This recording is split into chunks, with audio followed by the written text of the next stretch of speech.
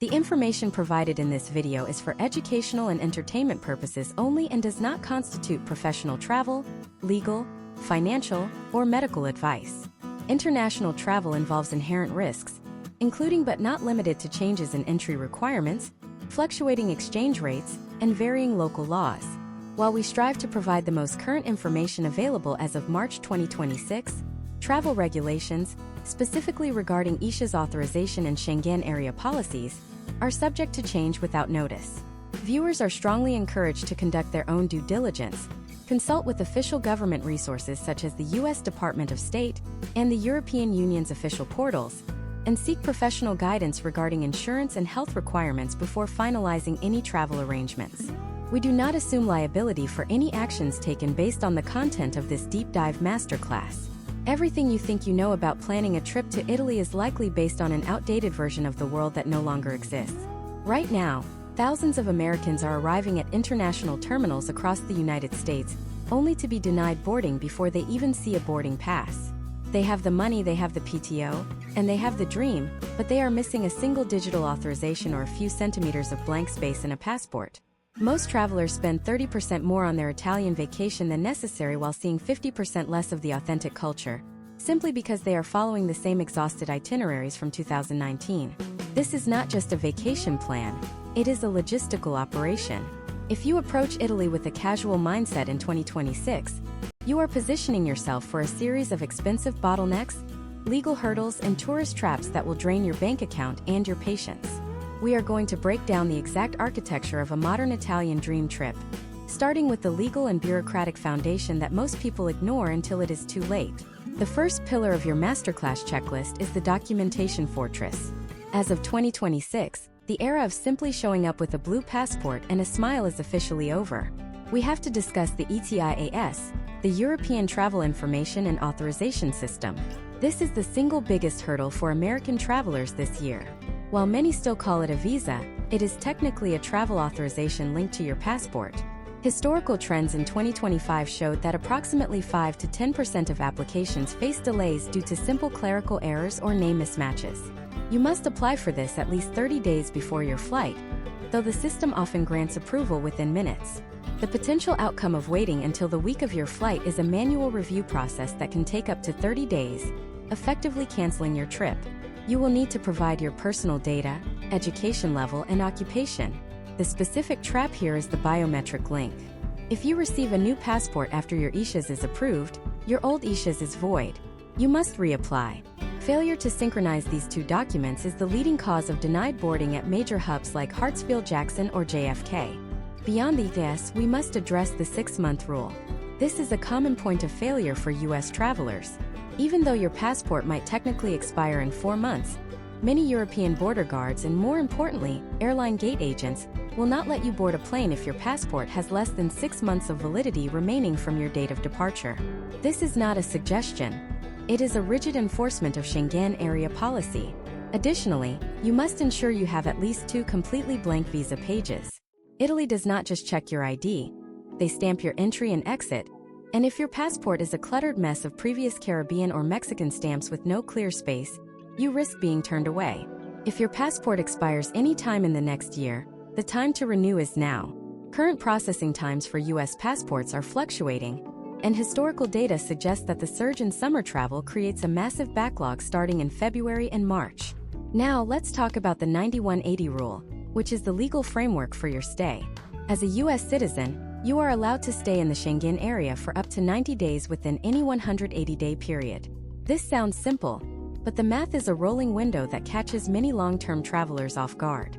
If you are planning an extended European tour that includes Italy, France, and Spain, you cannot simply leave Italy for a weekend in Switzerland and expect the clock to reset.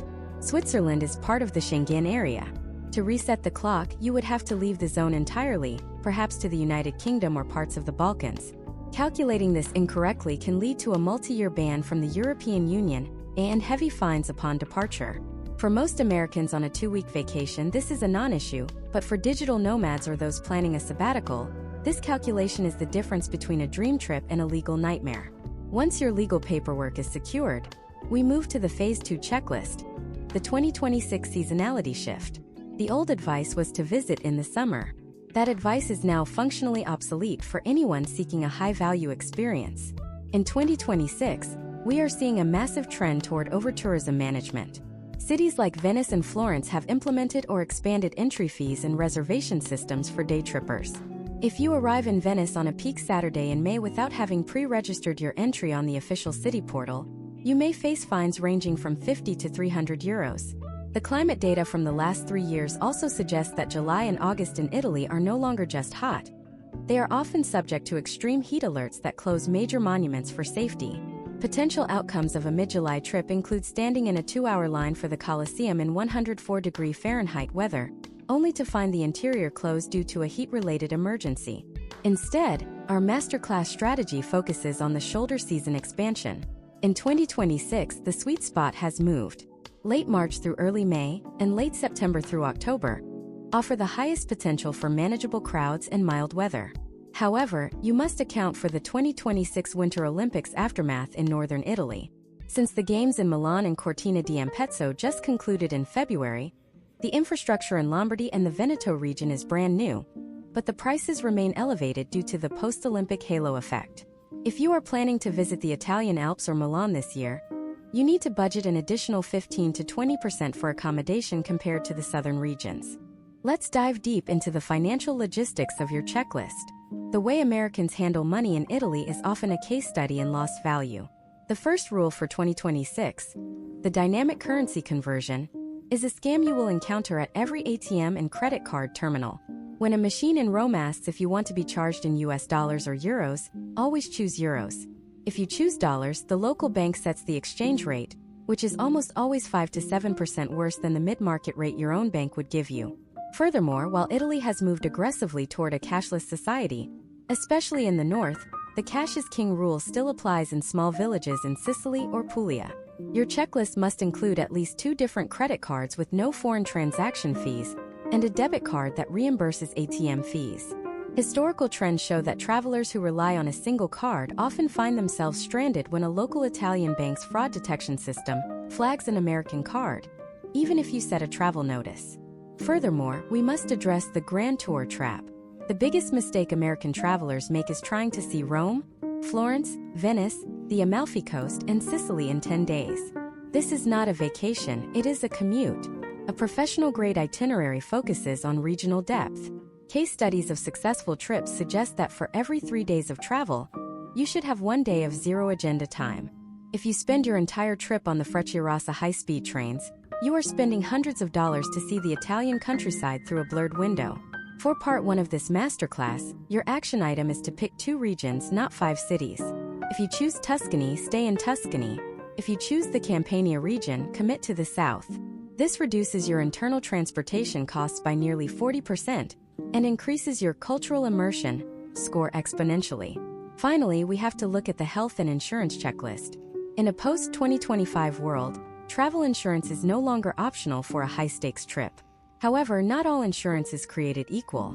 You need to look for a policy that includes cancel for any reason coverage, and specifically medical evacuation. Most US-based health insurance plans, including Medicare, provide little to no coverage once you cross the Atlantic. If you have a medical emergency in a remote part of Tuscany, the potential outcome of not having evacuation coverage is an out-of-pocket bill exceeding $50,000. Check your policy for the specific term repatriation of remains and emergency medical transport. It is a somber topic, but for a deep-dive planner, it is a mandatory line item. We are building a trip that is resilient to chaos, and that starts with the boring, detailed, and essential paperwork that ensures you actually get past the boarding gate and into the heart of Italy. Once you have secured your issues and verified that your passport is not a ticking time bomb of expiration dates, the next phase of your masterclass checklist is the architecture of the itinerary. This is where most Americans make a fatal strategic error. They view Italy as a collection of bucket list sites rather than a geographic puzzle. Imagine Sarah, a marketing executive from Chicago, who decides she wants to see Rome, Florence, and the Amalfi Coast in 7 days. She books a round-trip ticket in and out of Rome's Fiumicino airport because it was $50 cheaper than a multi-city ticket. This decision alone creates a logistical bottleneck that will cost her an entire day of her vacation and roughly $300 in unnecessary transport and stress. Historical trends show that the most efficient way to conquer Italy in 2026 is the open-jaw flight strategy. Instead of booking a traditional round trip, you book your arrival into one city, like Milan or Venice, and your departure from another, like Rome or Naples. This allows you to move in a linear direction through the country, effectively deleting the 8-hour backtracking journey at the end of your trip. In Sarah's case, flying into Naples and out of Rome would have saved her from the frantic 4-hour high-speed train ride from Positano back to Rome just to catch a 10 a.m. flight home. In 2026, the potential outcome of failing to use open-jaw routing is the loss of your final sunset in Italy to the sterile fluorescent lights of a train station or an airport hotel. When booking these flights from the United States, you must also account for the 2026 transatlantic jet lag factor. Most flights from the East Coast land in Italy between 7 a.m. and 10 a.m. local time. This is the danger zone. Your room will not be ready until 3 p.m. If you have not prearranged a specific early check-in or booked the room for the night before, you will find yourself wandering the cobblestone streets of Rome in a sleep-deprived haze, dragging 3 suitcases over uneven volcanic rock. A professional-grade checklist includes a Day 1 survival protocol. Identify a luggage storage solution like Radical Storage or Bounce before you land, or better yet, book a hotel that offers a dedicated arrival lounge with shower facilities. This is not a luxury. It is a tactical necessity to ensure you do not waste 20% of your trip recovering from the flight. Now let's pivot to the 2026 accommodation landscape. The Italian hotel star rating system is a frequent source of frustration for American travelers because it is based on objective amenities rather than subjective quality. A 4-star hotel in Italy is required to have a 24-hour reception, a lift, and specific room sizes, but it does not mean the decor is modern or the service is equivalent to a Ritz-Carlton in New York. You might find a 3-star boutique hotel in Trastevere that feels significantly more luxurious than a 4-star corporate hotel near Termini Station. Case studies of 2026 travel indicate a massive surge in the popularity of the agriturismo. This is a uniquely Italian concept of a working farm that offers high-end accommodations and meals. If your dream trip involves the rolling hills of Tuscany or the lemon groves of Sicily, the agriturismo is your secret weapon. However, there is a catch. These properties are often miles from the nearest train station. If you book an agriturismo without a rental car, you are effectively stranded, or you will spend a fortune on private drivers who charge premium rates for rural pickups. This brings us to the rental car versus train debate, a high-stakes decision for any American. In 2026, the Italian high-speed rail network, known as the Frecciarassa, is faster and more efficient than ever, often reaching speeds of 190 miles per hour. For city-to-city travel like Rome to Florence in 90 minutes, the train is the only logical choice. But many Americans make the mistake of renting a car in Rome to drive to Florence. This is a recipe for a financial disaster known as the ZTL, or Zona a Traffico Limitato. The ZTL is a restricted traffic zone found in the historic center of almost every Italian city. These areas are monitored by high-resolution cameras that capture your license plate the moment you cross the line. In 2026, these fines have increased, and they are cumulative. Imagine David from Dallas, who accidentally takes 3 wrong turns while trying to find his hotel in Florence. He crosses the ZTL boundary 4 times in 20 minutes. He doesn't get pulled over. He doesn't see a flashing light. He returns home to Texas, and 6 months later, he receives 4 separate tickets in the mail, each for €120, plus administrative fees from the rental car company. The potential outcome of driving in an Italian city center without a permit is a $1,000 bill that arrives long after the vacation memories have faded. Your checklist must state: use trains for cities, use cars only for the countryside, and never, under any circumstances, drive a rental car into the heart of a major city. Furthermore, we must address the 2026 booking window. Historical trends from the last 2 years show that the lead time for prime Italian experiences has doubled. If you want a tour of the Vatican museums or a ticket to see the Last Supper in Milan, you cannot wait until you arrive in Italy. In 2026, the Vatican has implemented a strict tiered ticketing system. If you do not secure your entry exactly 60 days in advance when they are released at midnight Italian time, you will be forced to buy through third-party resellers at a 300% markup. This is the difference between a €30 ticket and a €90 ticket. For a family of 4, that is a $240 penalty for poor planning. Step by step, your booking calendar should look like this. 180 days out, secure your long-haul flights. 120 days out, Book your primary accommodations and any high-speed train tickets to lock in the super economy rates. 90 days out, finalize your internal logistics like car rentals or private transfers. 60 days out, the battle for museum tickets begins. If you miss these windows, you are not just paying more, you are often being shut out entirely. As we look toward the logistical execution of this trip, we have to consider the digital infrastructure of 2026. Your physical checklist must include an eSIM strategy. Relying on your U.S. carrier's $10 a day international plan is a convenience tax that adds up to $140 for a 2-week trip. Instead, using an app like Airlo or Holofly allows you to install a local Italian data plan for a fraction of the cost. This is vital because in 2026, Italy has moved toward QR code-based menus, digital train tickets that must be validated on your phone before boarding, and GPS requirements for navigating those treacherous ZTL zones. Imagine you are standing on a platform in Florence, the train is pulling in, and your US data roaming is lagging. You can't open the Trenitalia app to validate your ticket. The conductor boards, scans your unvalidated digital ticket, and issues an immediate €50 fine. This is a common occurrence for Americans who assume their digital habits from home will translate seamlessly to the Italian rail system. We have laid the groundwork for the legal documents and the tactical booking of your flights, hotels, and transport. You are now positioned ahead of 90% of other travelers. But even with the perfect flight and the perfect hotel, your trip can still be derailed by the invisible rules of Italian culture and the specific scams targeting Americans in 2026. Why are the most famous restaurants in Rome often the worst places to eat? What is the specific phrase you must say to a taxi driver to ensure you are not overcharged? And how do you navigate the unspoken dress codes that can get you barred from the very monuments you flew across the ocean to see? The next layer of this masterclass moves from the logistics of getting there to the art of being there. We are about to dive into the budgeting and cultural blueprint, where we reveal the true cost of Italy in 2026 and how to protect your wallet from the tourist tax that most people don't even know they're paying. To master the Italian budgeting and cultural blueprint, you have to understand that in 2026, the Italian economy has structured its tourism sector to reward the informed and penalize the impulsive. Imagine Michael, a software engineer from New Jersey, who walks into a charming-looking trattoria just steps away from the Pantheon in Rome. He sees a sign for a €10 pasta dish and thinks he has found a bargain.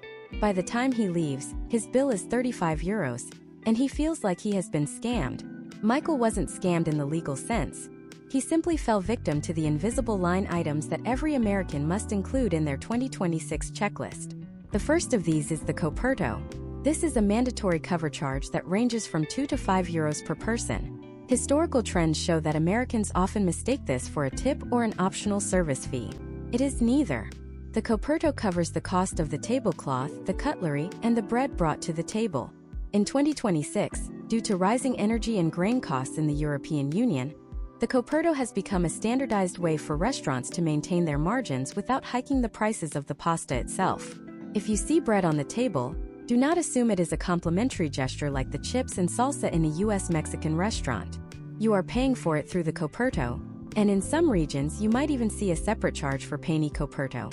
The second line item that catches Americans off guard is the servizio. This is different from the coperto. Servizio is a service charge, typically between 10 and 15%, often applied to larger groups or in high-density tourist zones. If you see servizio incluso on your menu, you are not expected to leave an additional tip. This brings us to the most contentious part of the American-Italian financial interaction: tipping. In the United States, 20% is the floor. In Italy, in 2026, leaving a 20% tip is not just unnecessary, it is a signal to the staff that you have not done your research. It distorts the local economy and sets an unsustainable expectation for future travelers.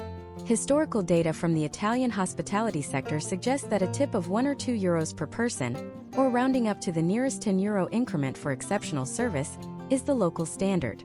If the service was merely adequate, leaving nothing extra is perfectly acceptable and culturally appropriate. Now, consider the coffee paradox. In 2026, a simple espresso in Italy can cost you €1 or €5, depending entirely on where your feet are. This is the standing versus sitting rule. If you walk into a bar, stand at the counter, and drink your cafe quickly like a local, you will pay the regulated price. However, the moment you take that same cup of coffee and sit down at a table with a view of the Piazza Navona, the price triples or quadruples. This is a legitimate business practice in Italy where you are paying for the real estate and the service, not just the bean. Americans who sit down without checking the menu price for table service often find themselves in heated arguments with waitstaff over a €6 cappuccino. Your checklist must include this rule. Stand for coffee, sit for meals. We must also deep dive into the 2026 city tax, known as the Tassa di Soggiorno. Most Americans book their hotels through major platforms like Expedia or Booking.com and assume the total price shown is what they will pay. However, almost every major Italian city mandates a nightly per-person tax that is legally required to be paid directly to the hotel, usually in cash or as a separate card transaction at checkout. In 2026, Rome has some of the highest rates, with five-star hotel guests paying up to €10 per person per night. For a family of 4 staying 5 nights, that is an unexpected €200 bill at the end of the stay. You must verify the specific city tax for your destination and set aside that cash separately to avoid a last-minute budget crisis during your departure. The 2026 landscape of transportation within cities has also evolved. While apps like Uber exist in Rome and Milan, they only offer Uber Black or Uber Van, which are significantly more expensive than standard taxis. The potential outcome of relying on Uber is spending double what a local would for the same distance. The professional move is to use the official white taxis. However, there is a specific protocol to avoid the long-distance scenic route scam. Always ensure the meter is running, but more importantly, know the fixed rates. In 2026, the fixed rate from Fiumicino Airport to the center of Rome is approximately €55, including luggage. If a driver quotes you €80 because of traffic or the time of day, they are violating city regulations. You should download the local taxi apps like Free Now or Taxi, which allow you to book and pay through the app, providing a digital paper trail and a fixed price estimate that protects your budget. Dining timing is another area where American habits clash with Italian reality, leading to poor experiences and high costs. In the United States, dinner at 6 p.m. is standard. In Italy, showing up at a restaurant at 6 p.m. means you will either find the doors locked, or you will be seated in an empty dining room that caters exclusively to tourists. The best, most authentic kitchens do not even open until 7:30 p.m. To bridge this gap, you must adopt the aperitivo culture. Between 6 p.m. and 8:30 p.m., for the price of a single cocktail or glass of wine, usually around €10 to €15, you are granted access to a buffet or a curated plate of snacks. In 2026, the apriscena, a more substantial version of this, has become a popular way to eat a high-quality, light dinner for a fraction of the cost of a formal sit-down meal. This is a strategic way to manage your food budget while experiencing the peak of Italian social life. Water is another hidden cost. In Italy, you do not get a free pitcher of ice water for the table. You will be asked naturello frizzant, and you will be charged €3 to €5 for a glass bottle. While the cost seems small over a 14-day trip, this can add up to over $100 in water charges alone. However, Italy has some of the best public drinking water in the world. In Rome, look for the Nasoni, the curved public fountains. Your checklist should include a high-quality reusable water bottle.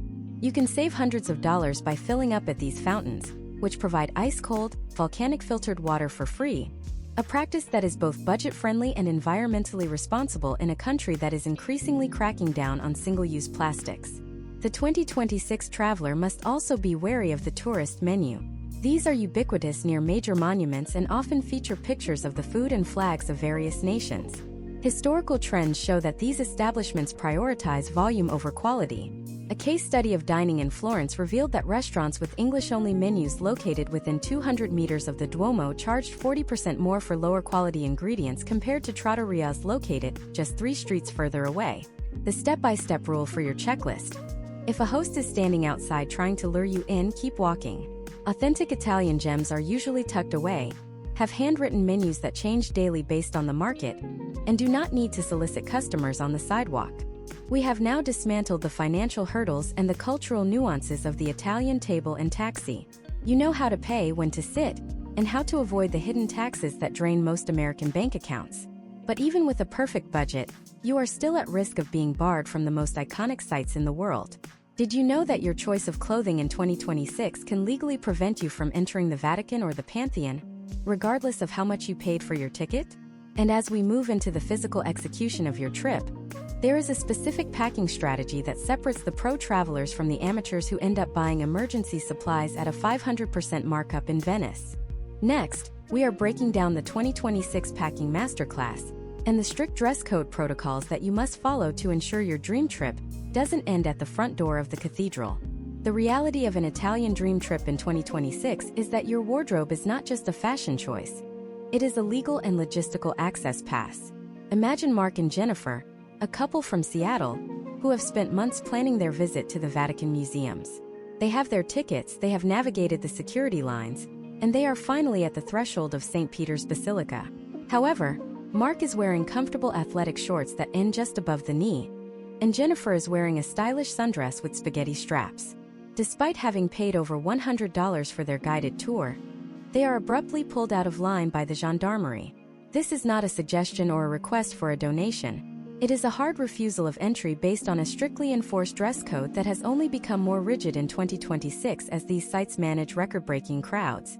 Historical trends in Italian tourism show that Americans are the most frequent violators of the modesty rules at religious sites.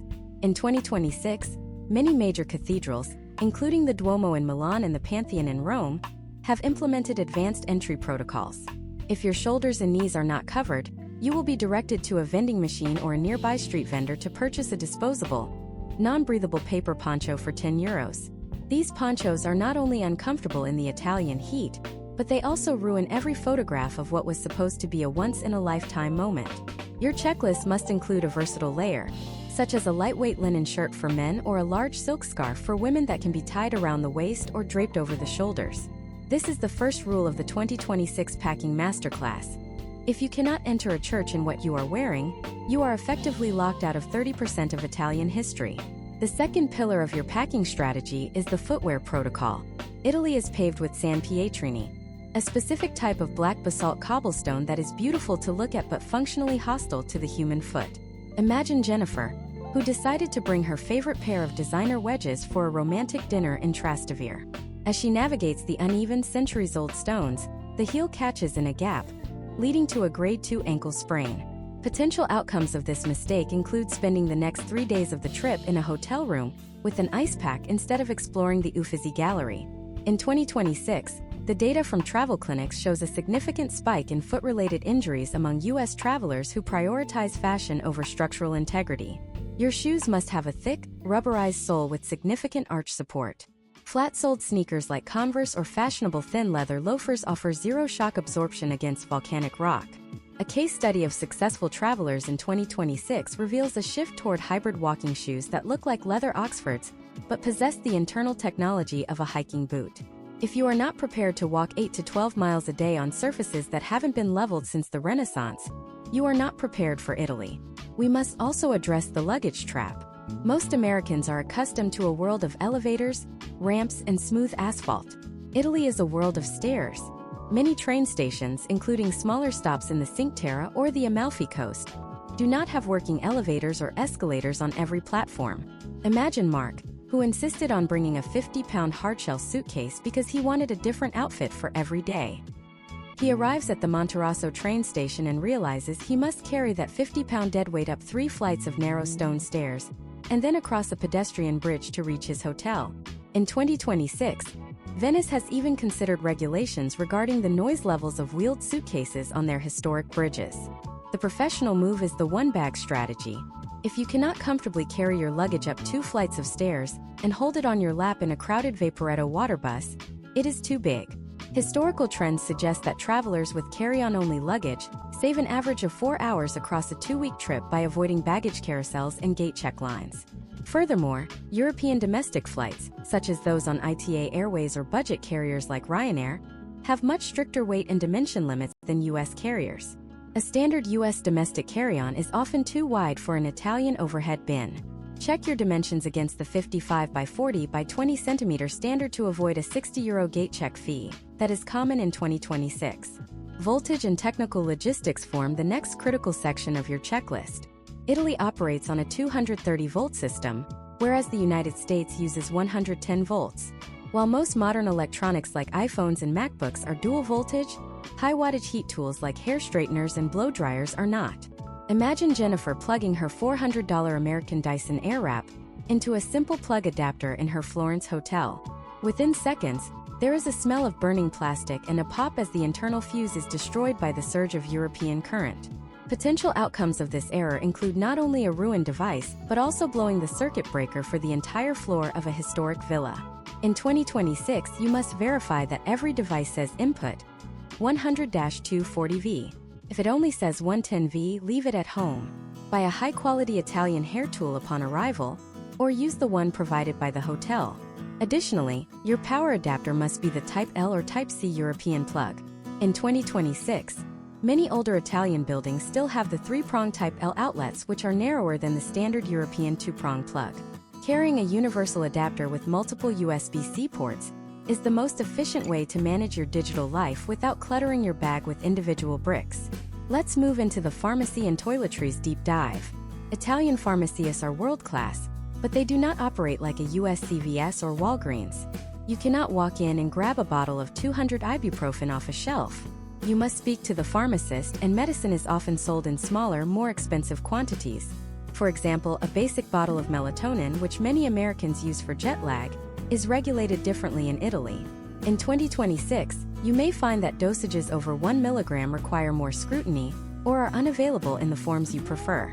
Your checklist must include a pre-packed first aid kit containing high-potency ibuprofen, antihistamines, and specifically, blister prevention kits like Compeed. Case studies show that the average American spends $45 more on basic medications in Italy than they would have by packing a small travel-sized kit from home. Furthermore, we need to talk about the 2026 anti-theft wardrobe. While Italy is generally safe, professional pickpockets in 2026 have moved beyond simple hand-in-pocket maneuvers. They target distracted Americans at major transit hubs like Roma Termini or the Florence SMN station. Imagine Mark wearing a standard backpack with the zippers exposed while he looks up at the train board. In the 3 seconds it takes for him to find his platform, a team of 2 has unzipped his bag and removed his laptop and passport. The professional checklist requires a crossbody bag with locking zippers or an internal money belt for your primary documents. Avoid any clothing that screams tourist, such as university hoodies, baseball caps, or bright white athletic socks. Blending in with a neutral color palette is your best defense against being targeted by those looking for an easy mark. We have now packed your bags, protected your electronics, and ensured you won't be turned away from the Sistine Chapel. You are physically ready to step onto the plane. But what happens when you land? There is a hidden language to Italian transport and a specific set of rules for the water taxis of Venice and the high-speed rails of the south that, if ignored, can result in immediate fines and stranded luggage. How do you validate a ticket in 2026 when the machines are broken? And what is the secret to getting a seat on the most scenic ferry in the world without waiting in a 3-hour line? Next, we are breaking down the 2026 Transportation Masterclass, where we navigate the rails, the roads, and the waterways of Italy like a local. Navigating the Italian transportation network in 2026 requires more than just a map and a ticket. It requires a psychological shift in how you perceive time and authority. In the United States, we are used to a linear, predictable transit experience where a ticket is a ticket. In Italy, a ticket is merely a potentiality until it is validated by the system. Imagine Thomas, a teacher from Austin, who is standing on the platform at the Florence Santa Maria Novella station. He has purchased a regional ticket to Pisa on his smartphone. He sees the train pulling in, boards with his luggage, and finds a seat. When the conductor arrives 10 minutes later, Thomas proudly shows his digital ticket. To his shock, the conductor informs him that the ticket is invalid because he failed to perform the digital check-in. In 2026, Trenitalia has fully transitioned to a mandatory check-in system for all digital regional tickets. This means that after purchasing your ticket on the app, you must manually activate it by clicking a check-in button that only becomes available on the day of travel and before the scheduled departure. Failure to do this results in an immediate €60 fine, payable on the spot. Thomas is now out the price of a high-end dinner because of a single missing tap on his screen. Your transportation checklist must start with the high-speed rail strategy. Italy has 2 main competitors: the government-run Trenitalia with its Frecciarassa trains, and the private company Italo. In 2026, the gap between these two has narrowed in terms of price, but the experience differs significantly in the details. Historical trends suggest that Italo often offers better last-minute deals for their Smart or Prima classes, while Frecciarassa provides more frequent departures and access to the executive class, which includes a meeting room and high-end Italian catering. If you are traveling between major hubs like Milan, Florence, Rome, and Naples, high-speed rail is objectively superior to flying. The high-speed lines drop you in the heart of the city, saving you the €50 taxi fare and 90-minute commute from outlying airports like Malpensa or Fiumicino. Case studies of 2026 travelers show that those who book their high-speed tickets 90 days in advance often pay as little as €19 for a journey that costs €80 on the day of departure. However, the complexity increases when you move to the regional rail network. These are the slower silver and blue trains that connect you to smaller villages in Umbria or the hill towns of Tuscany. These trains do not have assigned seating and tickets are not time-specific unless validated. If you are using a physical paper ticket purchased from a kiosk, you must stick it into the small green or yellow machines at the head of the platform to timestamp it. If you board a regional train with a clean, unstamped paper ticket, the law considers you to be traveling without a fare because that ticket could theoretically be used again later. The potential outcome of ignoring this machine is a public and embarrassing confrontation with a conductor who has zero leeway for tourist ignorance. Step by step, your rail navigation should also account for the track trap. In massive stations like Roma Termini, your train might be listed as departing from Binario 1 Est or Binari 25 through 29. These tracks are not just around the corner. They are a 10 to 15-minute walk from the main terminal entrance. Imagine Linda from California, who arrives at the station 5 minutes before her train to Venice is scheduled to depart. She sees her train listed on the board but realizes it is at Binario 1 EST. She begins a frantic sprint through the terminal, weaving through thousands of travelers, only to watch the train pull away as she reaches the platform. In 2026, the construction around Rome's Jubilee year has made these peripheral tracks even more common. Your checklist must include a 20-minute buffer specifically for finding your platform after you have already entered the station. Now let's pivot to the waterway masterclass, specifically in Venice and the Amalfi Coast. In 2026, Venice has introduced a tiered pricing model for the Vaporetto, the public water bus. A single ticket now costs nearly €10, making it one of the most expensive public transit systems in the world per mile. For a US traveler, the only logical move is the multi-day pass, which must be validated every single time you board, just like the trains. But here is the secret of the 2026 water taxi. If you are traveling in a group of 4 or more, the cost of a private water taxi from the airport directly to your hotel dock is often only slightly more than the combined cost of the bus and Vaporetto tickets, and it saves you 2 hours of dragging luggage over Venice's 400 bridges. Case studies show that travelers who invest in the private water taxi on arrival report a 70% higher satisfaction rate with their first day in Venice because they avoid the exhaustion of the public transit crowds. On the Amalfi Coast, the ferry is your lifeline. In 2026, the coastal road, the Statale 163, has implemented an even-odd license plate system to curb traffic. This means if your rental car plate ends in an odd number, you cannot drive on odd-numbered days. This makes the ferries, operated by companies like Travelmar and Aliloro, the only reliable way to move between Positano, Amalfi, and Salerno. However, you must account for the luggage surcharge. Ferry companies in 2026 charge an average of €2 to €4 per piece of large luggage. This is not included in your base ticket price and must be paid at the pier. If you show up with 3 large suitcases and only a digital ticket for yourself, you will be pulled out of the boarding line to pay the baggage fee, often missing the boat entirely as the crew works with military precision to stay on schedule. For those brave enough to drive, the International Driving Permit, IDP, is a non-negotiable legal requirement. In the United States, you can only obtain a legitimate IDP from AAA. Do not trust online services that offer digital versions. The Italian Carabinieri require the physical gray booklet. If you are pulled over without one, you face a fine of up to €400 and the potential impounding of your rental car. Furthermore, the 2026 driving landscape is dominated by the Autostrada, the Italian toll road system. When you enter, you take a ticket. When you exit, you pay. The critical error for Americans is entering the telepass lane, which is for transponders only. If you enter this lane without a transponder, you cannot reverse. You must press the red help button, take a partial ticket, and later pay the fine online to avoid a massive penalty from the rental company. Imagine you are at an Italian gas station on a Sunday afternoon. Most stations are self-service on weekends, and they operate differently than US pumps. you must first insert your cash or card into a central kiosk, select your pump number, and then the pump is authorized for that specific amount. If you accidentally put benzene, gasoline, into a car that requires gasolio, diesel, you have just created a €3,000 mechanical failure. This is incredibly common because the nozzle colors in Italy are often the opposite of those in the US. In 2026, almost all Italian rental cars are diesel or hybrid electric. Verify the fuel type on the inside of the fuel door before you even think about touching the nozzle. We have mastered the rails, navigated the canals, and survived the autostrada. You now have the logistical tools to move through Italy with the confidence of a local.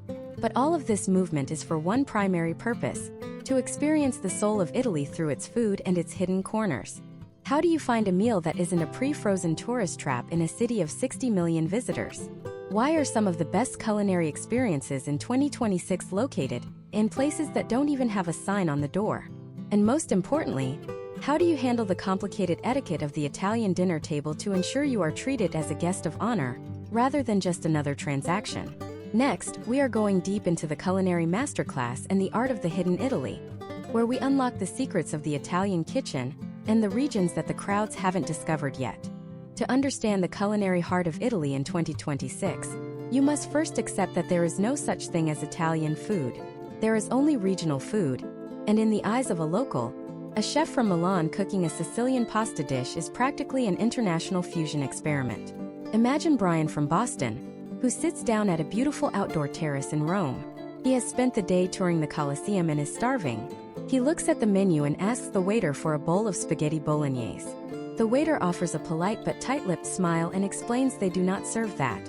Brian is confused. He is in Italy after all. What he doesn't realize is that spaghetti bolognese is a predominantly American and British invention. In Italy, the dish is tagliatelle al ragu, and it belongs strictly to the city of Bologna. Ordering it in Rome is the equivalent of going to a high-end seafood restaurant in Maine and asking for a Tex-Mex burrito. The first rule of your 2026 culinary checklist is the doctrine of regionality.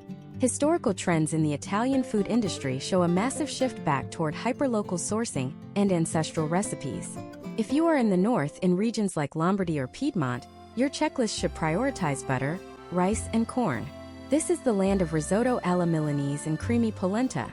If you are in the center in Tuscany or Lazio, you are in the territory of pecorino cheese, wild boar, and the four classic Roman pastas: carbonara, amatriciana, grisha, and cacio e pepe. If you cross the invisible line into the south, into Campania or Puglia, you enter the realm of olive oil, sun-drenched tomatoes, and buffalo mozzarella. A case study of traveler satisfaction in 2026 indicates that those who eat according to the geography of their location report a significantly higher quality of ingredients and lower prices than those who try to find a generic version of Italy on a single plate. Step by step, we must address the Italian table flow. In the United States, we are used to a single large plate that contains a protein, a starch, and a vegetable. In Italy, this is a culinary violation. A formal meal is a marathon, not a sprint. It begins with the antipasto, a selection of cured meats, cheeses, or marinated vegetables. Next is the primo, or first course, which is almost always a grain, pasta, risotto, or soup. Following this is the secondo, the meat or fish course. Crucially, the secondo does not come with sides.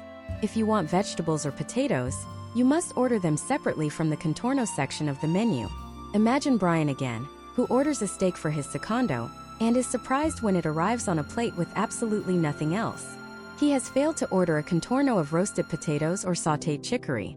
Potential outcomes of not understanding this flow include either leaving the table still hungry or inadvertently ordering enough food to feed a small army, because you didn't realize how the courses were partitioned. In 2026, the battle against the tourist trap has entered a technological phase. To protect your wallet and your palate, you must look for specific visual cues. The first warning sign is the presence of pictures on the menu. If you see a faded photograph of a lasagna, keep walking. Authentic Italian kitchens take pride in the fact that their menu changes with the seasons, often daily. Historical data suggests that restaurants with multi-language menus printed on heavy plastic and displayed on a podium outside are designed for high-volume turnover, not high-quality cooking. The second warning sign is the host on the sidewalk.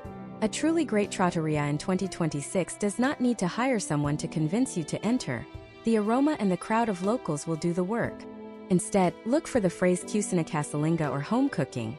In 2026, the most sought-after experiences are in the agriturismi we mentioned earlier, or in small, family-run osterias where the menu is written on a chalkboard in Italian. If you cannot read the menu, use your 2026 eSIM and a translation app. But do not settle for a place that has a neon sign saying we speak English. Another professional tip: check the water. If the tables are set with glass bottles of San Pellegrino or Panna, the restaurant is likely maintaining a certain standard. If you see plastic bottles or a soda fountain, you are in a fast food environment masquerading as a restaurant. We must also discuss the coffee and wine protocol for 2026. For an American, coffee is a beverage you carry in a large cup while walking down the street. In Italy, coffee is a ritual performed in 3 minutes or less. If you order a cappuccino after 11 a.m., you are committing a social faux pas that marks you as a tourist immediately. Italians believe that the large amount of milk in a cappuccino interferes with digestion, so milk-based coffees are strictly for breakfast. After 11 a.m., you order a café, which is a single shot of espresso, or a café macchiato if you need a drop of milk. Regarding wine, do not feel pressured to buy an expensive bottle. The Vino della Casa, or house wine, in 2026 is often an exceptional local vintage served in a carafe for a fraction of the cost of a labeled bottle. Case studies of Italian vineyards show that many small producers sell their best surplus directly to local restaurants as house wine. Now let's move beyond the dinner table and into the hidden Italy.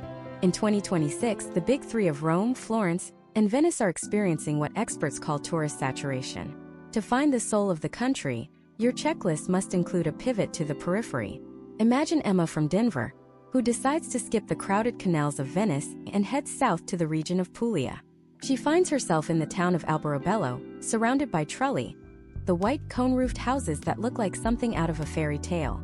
In 2026, Puglia has become the go-to destination for those seeking the luxury of space and authentic Mediterranean culture. The food here is the cucina povera, or peasant cooking, which utilizes simple, high-quality ingredients like orecchiette pasta and bitter broccoli rabe.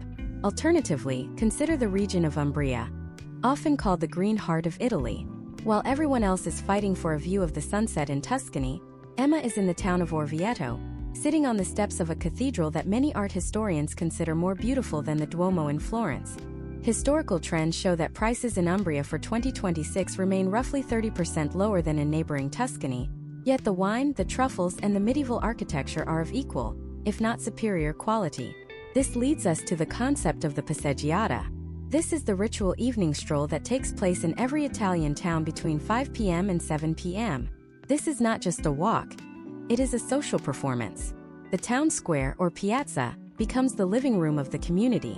In 2026, as digital disconnection becomes a luxury, the passeggiata is the ultimate way to witness the Italian social contract in action. Your checklist should include 1 hour every evening to simply sit in a piazza with a drink and watch the generations interact. This is where you will see the real Italy, far away from the ticket lines and the souvenir shops. We have now explored the deep intricacies of the Italian kitchen and mapped out the regions that offer the most value and authenticity in 2026. You know what to order, where to find it, and how to avoid the traps that snare the average traveler. But being in these beautiful, remote, or crowded places requires a different kind of awareness. Italy is safe, but it is not a theme park.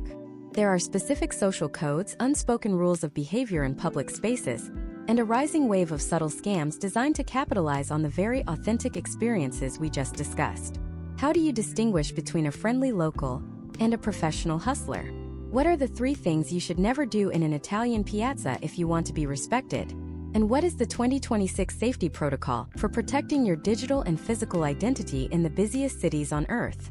Next, we are diving into the Security and Social Conduct Masterclass, where we teach you how to move through Italy with both grace and ironclad protection.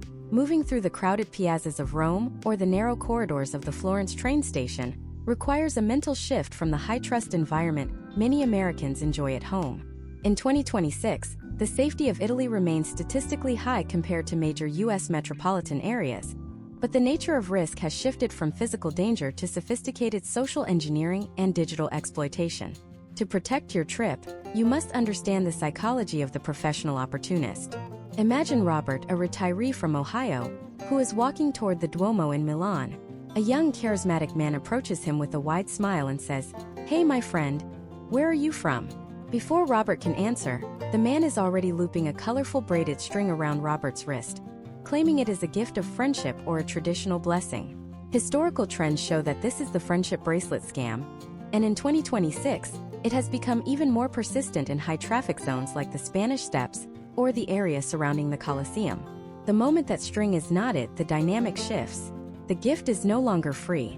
The man will demand 10, 20, or even 50 euros, often becoming loud and aggressive to create a scene.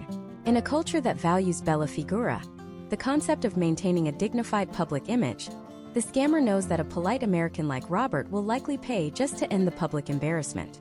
The potential outcome of engaging in even a second of eye contact or conversation with these individuals is a compromised budget and a ruined afternoon. Your 2026 security checklist must include the no engagement rule. Walk with purpose, maintain a neutral expression, and never allow a stranger to touch your person or place an item on your body. Digital security has also entered a new era in 2026. While you are marveling at the Renaissance art in the Uffizi Gallery, professional thieves may be using high-range NFC readers to harvest your credit card data through your pockets. Case studies from the 2025 travel season indicated a 30% increase in contactless fraud among international travelers. Because Italy has moved almost entirely to tap-to-pay systems, these scanners are ubiquitous and easy to hide. If Robert carries his wallet in a back pocket or an unshielded bag, his financial data can be cloned in the time it takes to walk past a stranger. The tactical response is to use an RFID blocking wallet or sleeve, and more importantly, to rely on mobile payment systems like Apple Pay or Google Pay, which use tokenization to ensure your actual card number is never transmitted. We must also address the helpful local at the ticket machine. This is a specific scenario that plays out hundreds of times a day at Roma Termini. Imagine Robert is struggling with the touchscreen of a Trenitalia kiosk. A well-dressed individual offers to help him navigate the Italian menu.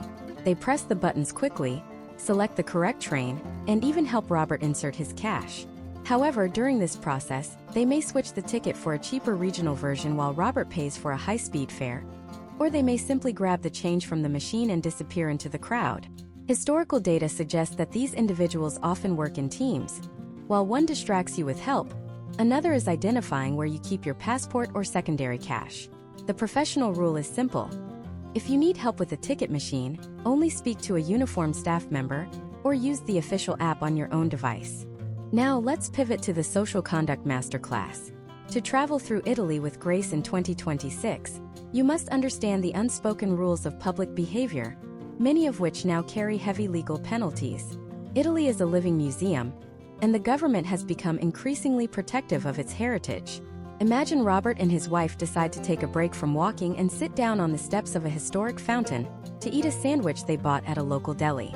In 2026, this is a punishable offense in cities like Rome, Florence, and Venice.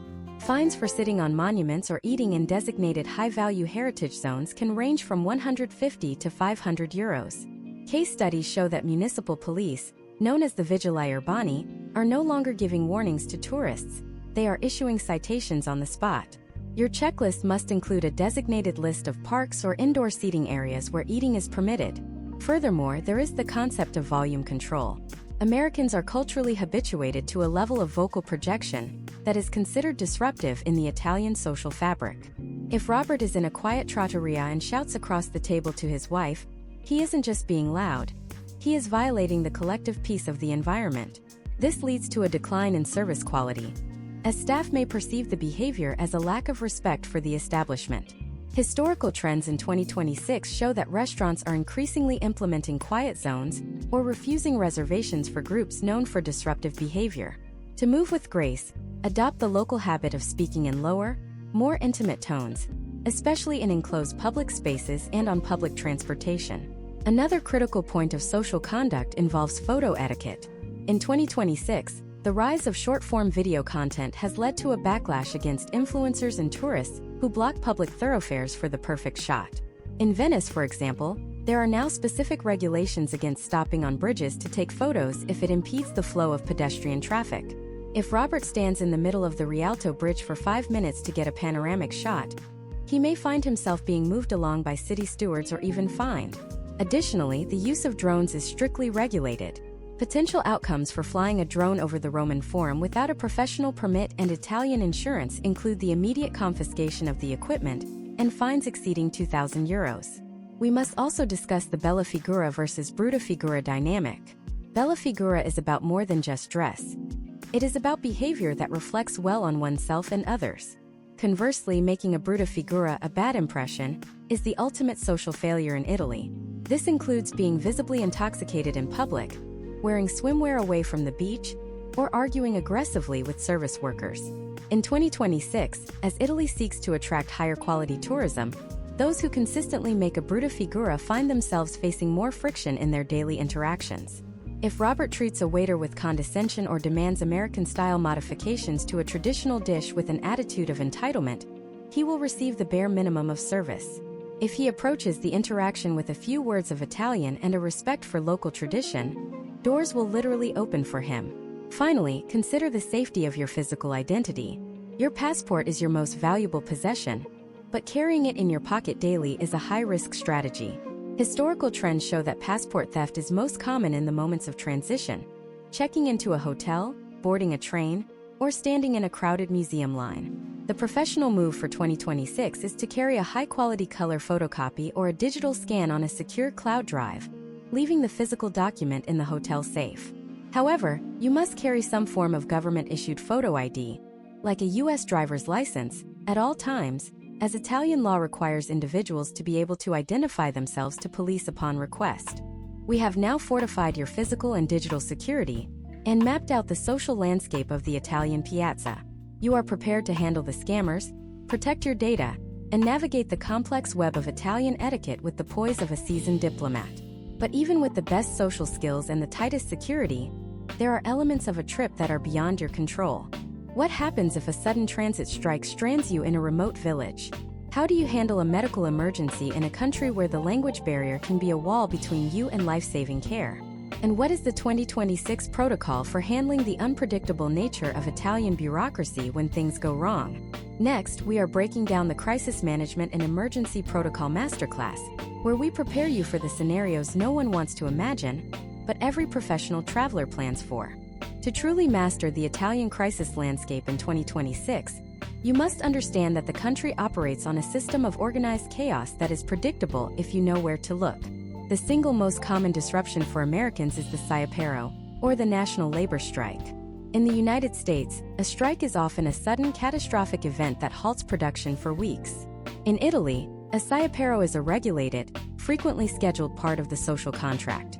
Imagine Amanda, a project manager from Atlanta, who has a non-refundable flight departing from Rome Fiumicino at 11 a.m. on a Friday. She arrives at the train station in Florence, only to find the departure boards glowing red with the word cancelato. This is not a random failure. It is a planned 24-hour strike by the transport union. Historical trends show that these strikes overwhelmingly occur on Fridays, aimed at creating a long weekend for workers while maximizing visibility. However, Italian law mandates fasti garanzia, or guaranteed windows of service, to ensure the country does not grind to a total halt. These windows are typically from 6 a.m. to 9 a.m. and 6 p.m. to 9 p.m. If Amanda had consulted the official website of the Commission di Garanzia Sciopero, or the Trenitalia strike page 72 hours in advance, she would have seen the notice. Her tactical response should have been to book a seat on one of the few guaranteed long-distance trains that run regardless of the strike or to travel to Rome on Thursday night. In 2026, the potential outcome of ignoring the strike calendar is a $400 last-minute private car hire, or a missed $5,000 international flight. Your checklist must include a mandatory check of the Italian Ministry of Transport's strike calendar, exactly 7 days before your departure, and again 48 hours prior. Now, let us pivot to the high-stakes world of the medical emergency protocol. Imagine Kevin from Seattle, who is enjoying a farm-to-table dinner in rural Umbria when he begins to experience severe chest pains, or perhaps a severe allergic reaction to a local ingredient. In the US, your first instinct is to dial 911. In Italy and across the European Union in 2026, the universal emergency number is 112. When you call this number, dispatchers can often route you to an English-speaking operator, but you must be prepared to state your location with precision, as many rural Italian roads do not have the same digital mapping density as US suburbs. Once you arrive at the pronto soccorso or emergency room, you will encounter the triage coding system, which was updated in recent years to manage the influx of post-pandemic tourism. The codes are color-based: rosso red, for immediate life-threatening danger; arancione orange, for critical but stable; blue, for severe but not life-threatening; verde green, for minor injuries; and bianco white, for non-emergencies. As a U.S. citizen, if you are assigned a codice bianco, you should be prepared for two things: a wait time that can exceed 12 hours and a ticket fee of approximately 50 to 100 euros. While Italian healthcare is world-class, it is only free for residents with a tessera sanitaria. Case studies of American travelers in 2026 show that the most significant friction occurs when patients try to leave the hospital. Unlike U.S. hospitals that bill your insurance later, an Italian hospital may require payment for certain services or medications before you depart, or they may provide a bill that you must manually submit to your travel insurance provider. Your checklist must include a physical card in your wallet that lists your blood type, any major allergies in Italian, e.g., allergico alla penicillina, and the name of your travel insurance provider with their 24-hour international emergency line. Beyond the hospital, there is the Guardia Medica. This is a crucial resource that most Americans overlook. It is a non-emergency, out-of-hours medical service that operates at night and on weekends. If you have a high fever or a minor infection that doesn't warrant an ER visit, you can call the local Guardia Medica. They often make house calls to hotels for a small fee, usually around 30 to 50 euros. This is the professional way to handle illness in Italy without clogging the emergency system or spending your day in a waiting room. We must also address the bureaucratic crisis: the lost or stolen passport. Imagine Robert, who we discussed earlier, discovers his bag has been snatched at a cafe in Naples. His passport, credit cards, and phone are gone. The first step in his 2026 protocol is not to call the embassy. It is to find the nearest station of the Carabinieri or Polizia di Stato to file a denuncia, or official police report. You cannot get an emergency passport or file an insurance claim without this document. You must insist on a copy with an official stamp. Historical data suggests that many travelers find the questura, or police headquarters, to be an intimidating environment due to the language barrier and the formal nature of Italian bureaucracy. However, in 2026, many stations in major tourist hubs have implemented a digital reporting system for simple thefts. Once you have the denuncia, you must contact the nearest U.S. consulate. There are major consulates in Milan, Florence, and Naples in addition to the embassy in Rome. It is a common misconception that the consulate will pay for your flight home or provide you with money. They are there to issue an emergency, limited validity passport, and to provide a list of local resources. The potential outcome of not having a digital scan of your passport in a secure cloud drive like Google Drive or iCloud is a delay of several days while the State Department verifies your identity. Furthermore, let's discuss the 2026 legal protocol. If you are involved in a traffic accident with a rental car, the Italian law requires you to stay at the scene until the authorities arrive if there are any injuries. Failure to do so is a criminal offense. Even in a minor fender bender, you must fill out the CID, or the Constatation Amichevole di Incident, a blue and yellow form found in every rental car's glove box. If you and the other driver both sign this form, it significantly simplifies the insurance process. Without it, the rental company in Italy will often default to charging your credit card the maximum deductible, which can be upwards of 2,000 euros, while they investigate the claim. The final layer of your crisis management plan is the digital blackout. Imagine your phone, which contains your ETIAS, your train tickets, your hotel reservations, and your maps, is lost or the battery dies in a city where you don't speak the language. A professional traveler in 2026 maintains an analog backup. This means a physical piece of paper in your pocket with the address of your hotel, the phone number of your emergency contact, and the address of the nearest U.S. consulate. We have now built the armor for your trip. You know how to navigate strikes, survive the ER, and handle the police with the confidence of a diplomat. You are prepared for the worst, which allows you to enjoy the best. But there is one final skill that separates the tourists from the travelers, and it is the most powerful tool in your arsenal. It is the ability to communicate across the cultural divide. Why do some Americans get the best table in the restaurant while others are ignored? What are the 10 specific Italian phrases that will change the way you are treated by everyone from taxi drivers to museum guards? And how do you master the nuances of Italian body language to ensure you are never seen as an outsider? Next, we are breaking down the 2026 Communication and Language Masterclass, where we give you the keys to the Italian heart. The transition from tourist to guest hinges on the first 3 seconds of any interaction. In the United States, we are an efficiency-first culture. We walk into a business, we find what we want, and we approach the transaction as a functional exchange. In Italy, every business interaction is a social interaction first. Historical trends in Italian hospitality for 2026 show that locals are increasingly fatigued by the volume of automated and digital-only interactions. When you break that digital wall with a genuine, properly timed greeting, you are not just being polite. You are signaling your status as an educated traveler who respects the local social contract. Let us look at the greeting protocol. Imagine Robert enters a small artisanal leather shop in the Oltrarno district of Florence. If Robert walks in, ignores the proprietor, and starts touching the merchandise, he has already committed a social transgression. In the Italian mindset, he has entered someone's home without acknowledging their presence. We must also address the nuance of "excuse me." Americans tend to use the word sorry for everything. In Italy, you have 2 distinct tools, mi scusi and permesso. If you are trying to get a waiter's attention or apologize for a minor bump, you use mi scusi. It is formal and polite. However, if you are trying to move through a crowded train car or walk past someone in a narrow aisle, you say permesso. It literally means permission. Using permesso signals that you understand the shared physical space of Italian life.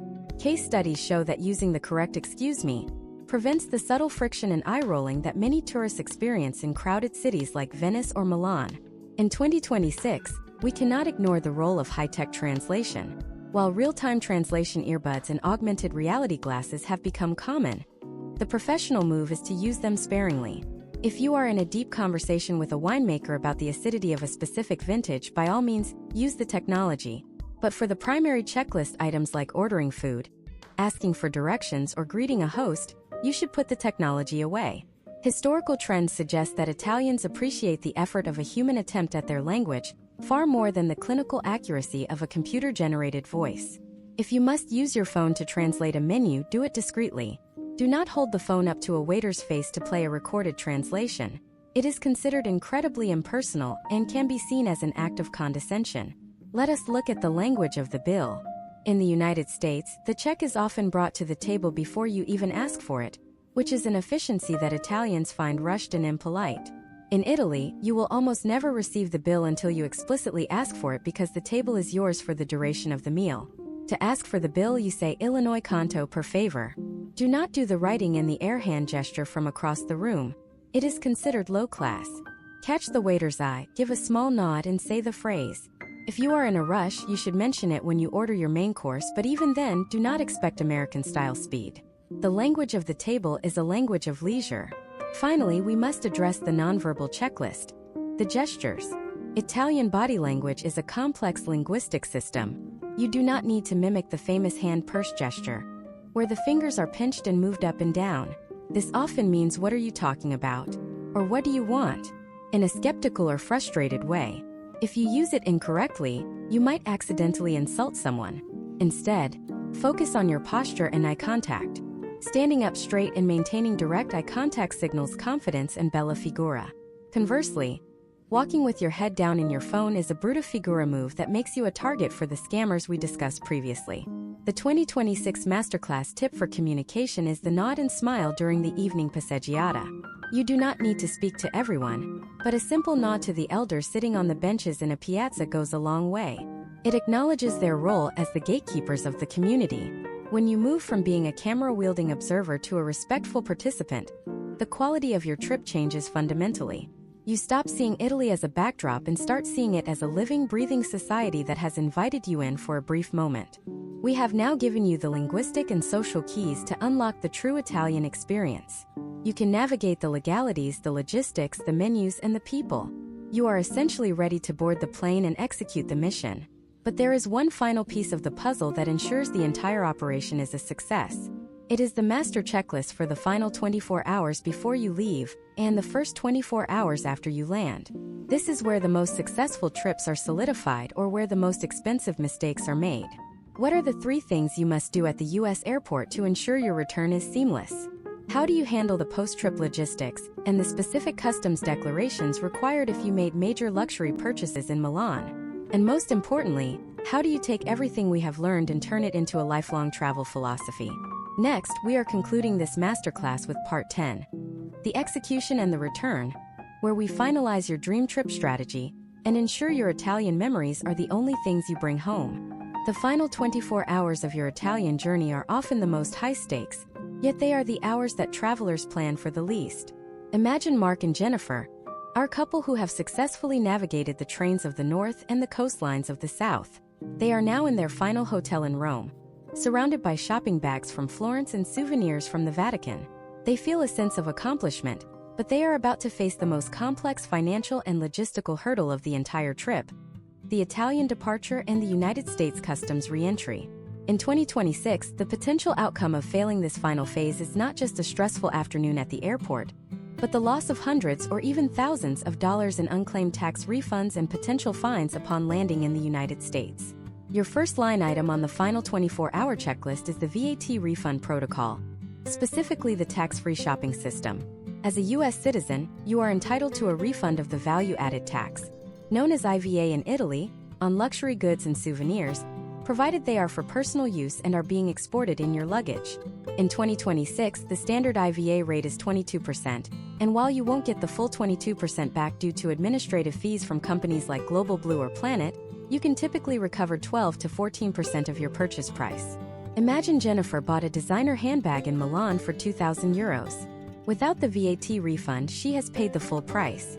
With the refund, she stands to get nearly €250 back. However, historical trends show that nearly 40% of Americans fail to complete the process correctly. Step by step, the process begins in the store. You must present your physical passport at the time of purchase.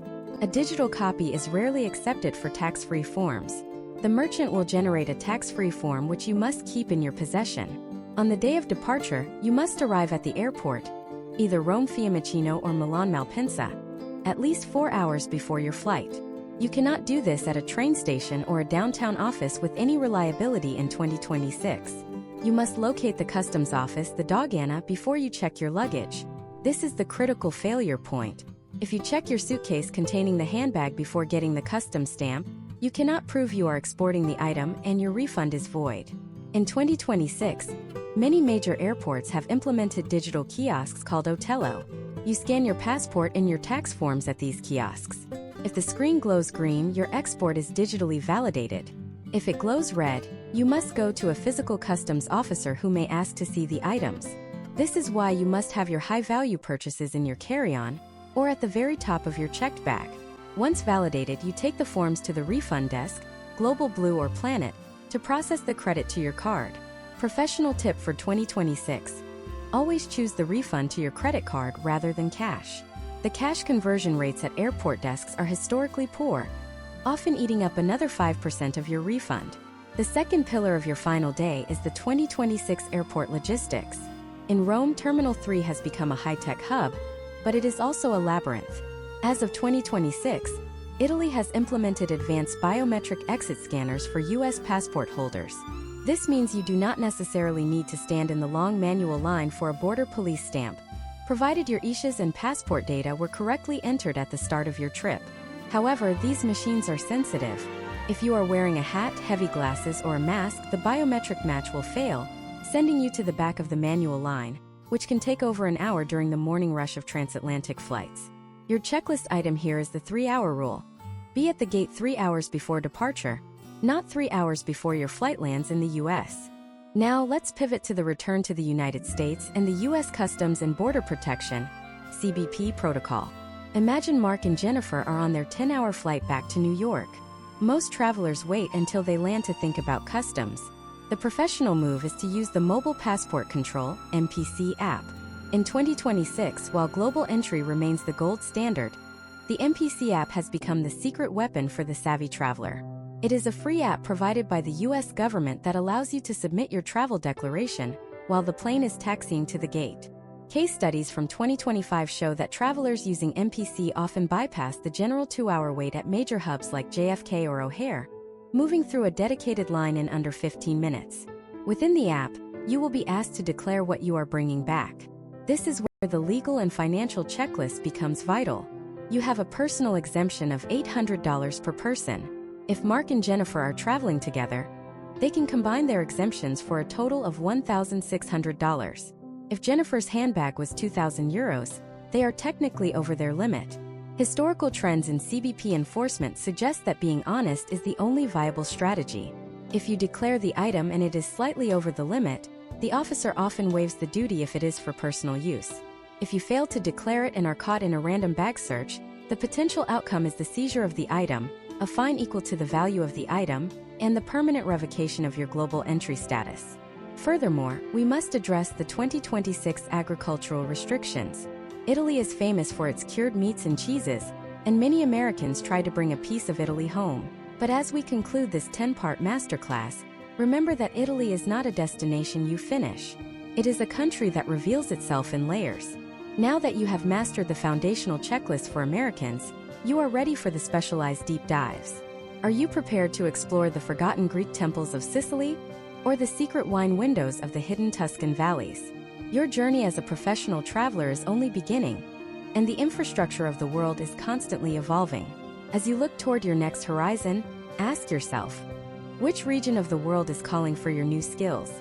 Because once you have mastered Italy, the rest of the world becomes significantly more accessible.